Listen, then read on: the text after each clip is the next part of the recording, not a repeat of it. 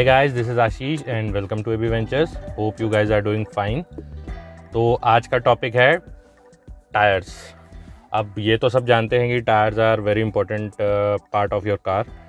Tyres are not cheap. एक normal tyre का जो सेट है, अगर आप एक हैचबैक या एक सेडान के लिए लेने जाते हो तो दैट कॉस्ट्स अराउंड 20 to 25,000, और अगर कोई स्कॉर्पियो टाइप की कार है तो it cost around 35 to 40,000 at least.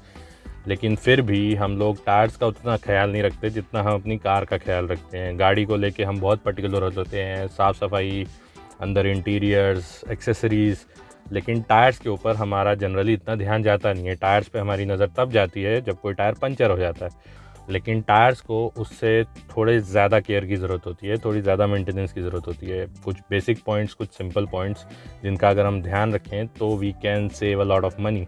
अगर एक टायर का जो सेट है वो ख़राब हो जाता है तो दैट मीन्स कि खर्चा, और खर्चे के साथ साथ अगर ख़राब टायर्स के ऊपर आप कार चलाते हो तो it is also very risky. So this video is about some simple tips and tricks जो कि हेल्प कर सकती हैं to get you the maximum life of your tyres.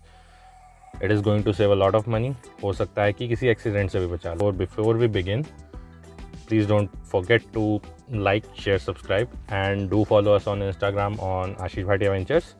So last year October में मैंने अपनी स्कॉर्पियो के लिए नए टायर्स लिए थे, मिशेलिन LTX फोर्स। इनकी कॉस्ट जो पड़ी थी मुझे that was close to around 12,000 rupees पर टायर, और इनको लगा के मैं अभी तक करीब 6 से 7 हज़ार किलोमीटर चल चुका हूँ, जिनमें से कुछ हाईवे ट्रिप्स हैं, कुछ ऑफ रोड ट्रिप्स हैं and one special trip the Spiti valley. And yes, उसके सारे वीडियोज़ आर ऑनलाइन। अगर अब तक नहीं चेक किए तो you can check it out. So Spiti से वापस आके मेरी टायर्स का मेंटेनेंस साइकिल का टाइम हो गया है, तो I am going to share with you guys कि how to keep your tyre in fit fat condition for a longer duration. Yes, आपके चारों टायर्स जो हैं वो एक साथ नहीं घिसते हैं, एक ही स्पीड पे नहीं घिसते हैं। चारों टायर्स अलग अलग तरह से, अलग अलग जगह से घिसते हैं। तो जनरली अगर आप चारों टायर्स को एक ही जगह पे लगे रहने देते हो through out the life cycle of tyre, तो हो सकता है कि 2 टायर्स या एक टायर पहले घिस जाए कंपेयर टू बाकी 3 tyres. I show you how.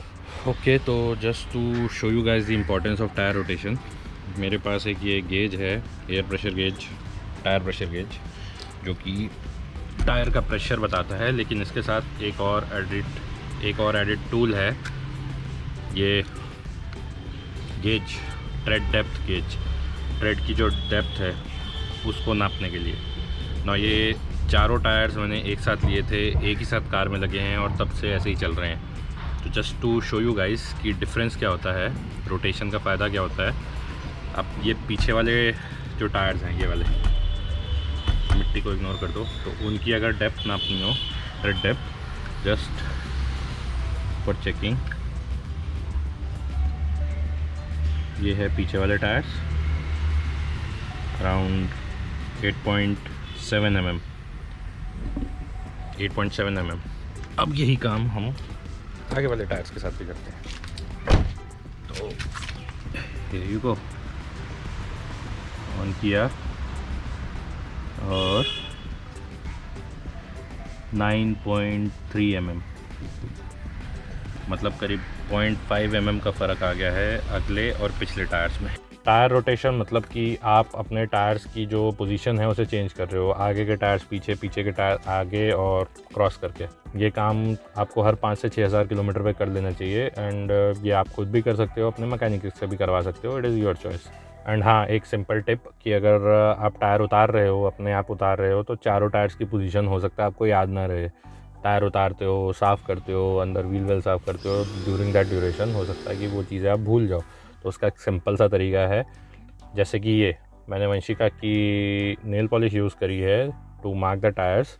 Nail polish का फ़ायदा ये है कि ये आराम से उतरती नहीं है और टायर को नुकसान भी नहीं पहुंचाती। FL is front left, FR stands for front right. ये टायर फ्रंट राइट पे जाएगा। जनरली 4 टायर्स का रोटेशन साइकिल ऐसा होता है, पीछे के टायर क्रॉस करके आगे की ओर और आगे वाले पीछे। इसी तरह से 5 टायर्स का भी रोटेशन होता है, जिसमें अगर आपको अपना स्पेयर टायर रोटेट करना है तो आप वो भी कर सकते हो। इससे जो है आपके जो टायर्स हैं वो बराबर घिसेंगे and you will get at least 20 to 25% of life, extra life from your tyre. Rotation के साथ साथ गाड़ी की जो अलाइनमेंट है और बैलेंसिंग है वो भी बहुत ज़रूरी है। बैलेंसिंग इज़ बेसिकली आप एक मशीन के ऊपर जो है अपना टायर चढ़ाते हो, then you spin it very fast, और अगर टायर कहीं से अनबैलेंस्ड है तो उसे काउंटर वेट लगा के बैलेंस किया जाता है। अलाइनमेंट इज़ कि आपकी गाड़ी के जो चारों टायर्स हैं वो आपस में और बॉडी के साथ अलाइंड है। ये भी एक मशीन से ही चेक किया जाता है। Machines are costly, so I definitely don't have these, तो ये काम मैं बाहर से ही करवा रहा हूँ।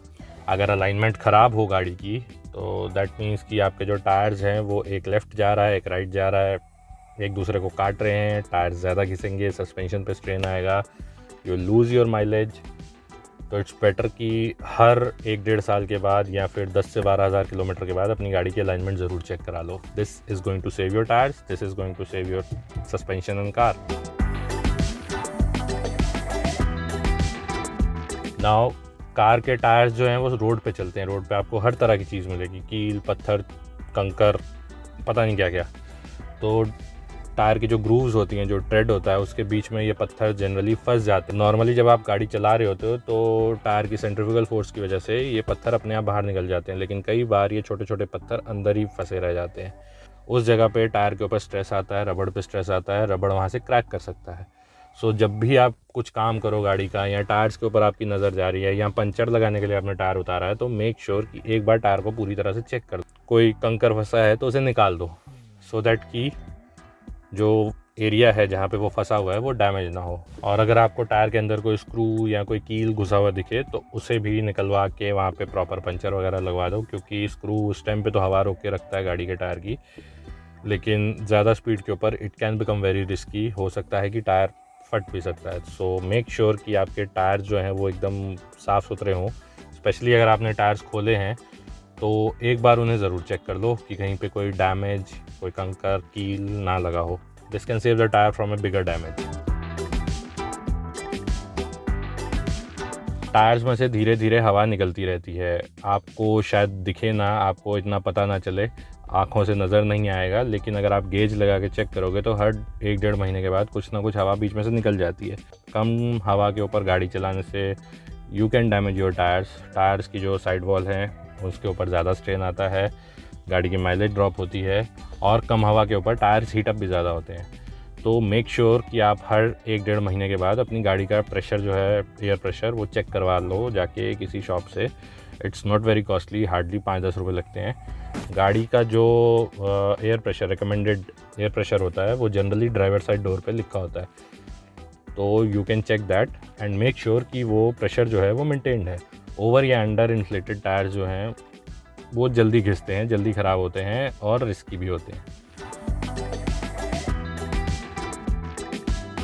तो अगर आपकी कार जो है वो बहुत टाइम तक एक ही जगह पे खड़ी रहती है तो एटलीस्ट 10 दिन में गाड़ी को थोड़ा सा हिला दो, स्टार्ट करके थोड़ा सा आगे पीछे कर दो। इससे जो कार का जो वेट टायर्स के ऊपर पड़ता है वो डिस्ट्रीब्यूट हो जाएगा। टायर जो है वो एक ही जगह से डैमेज या क्रैक नहीं करेगा। ऐसे ही अगर आपकी कार धूप में खड़ी होती है तो मेक श्योर कि आप उसको कवर करके रखो। धूप में यूवी रेज होती है, अल्ट्रावायलेट रेज होती हैं, they are very harmful for plastic और they are harmful for tyres. तो मेक श्योर कि अगर आपकी कार धूप में कहीं पार्क होती है तो आप उसको प्रॉपर्ली कवर करके रखो।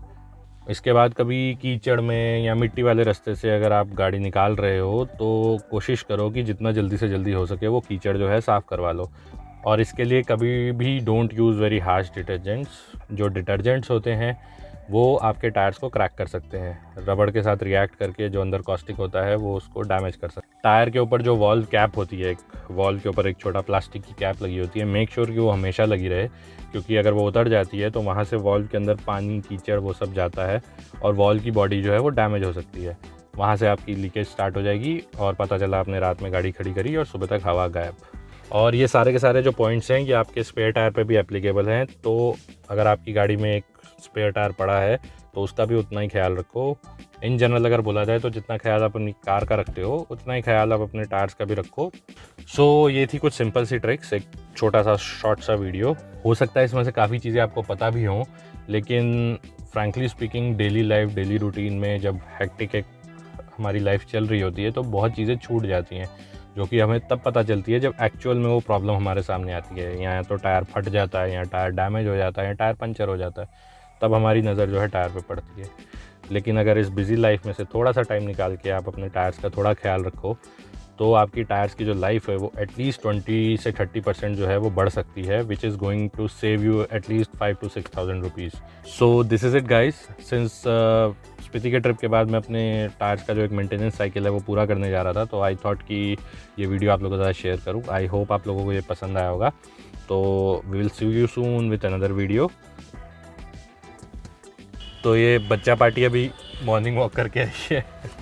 So this is it for this video. We will see you soon with another video. तब तक के लिए keep traveling, keep living. See ya. Keep traveling, keep living. See ya.